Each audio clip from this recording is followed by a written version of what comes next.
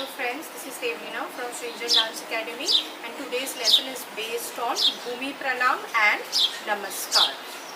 Bhumi Pranam is something which we do as a part of our tradition and culture, because Indian classical dance, as we all know, is related to spiritual things and religious stories as well.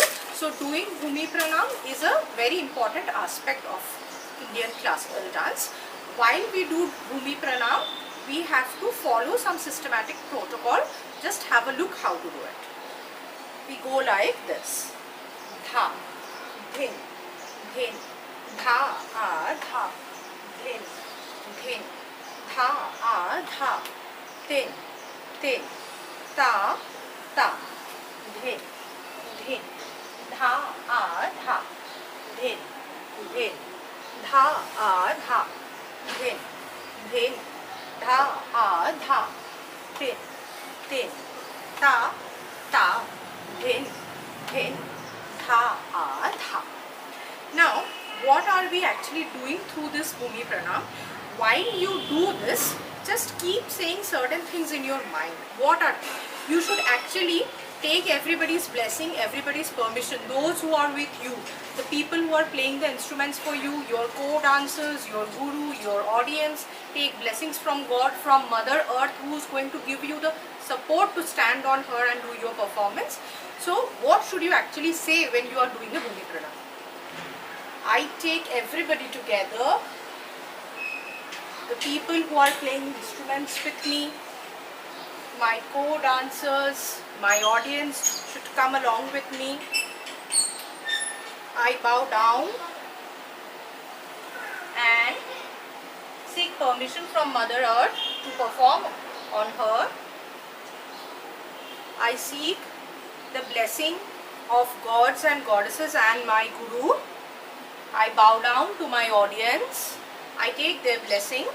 I take their permission to start my dance, to present my performance, to share whatever knowledge I have, and help me to enable them to take through a journey full of pleasure through the art which I have learned from my guru.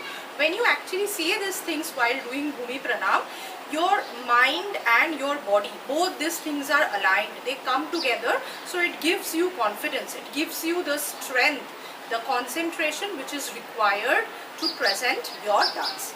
Let's see this just once again, and keep saying all these things while you are actually doing Bhumi Pranam.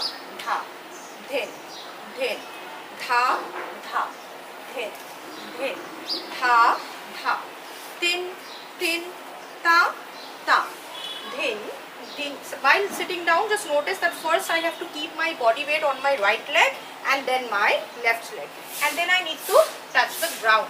And while I go up, first I have to keep my body weight on my left leg, then shift it to my right leg, and then I should stand like this, heels together and toes apart, and do the rest of the movement to end my Bhumi Pranam and Namaskar.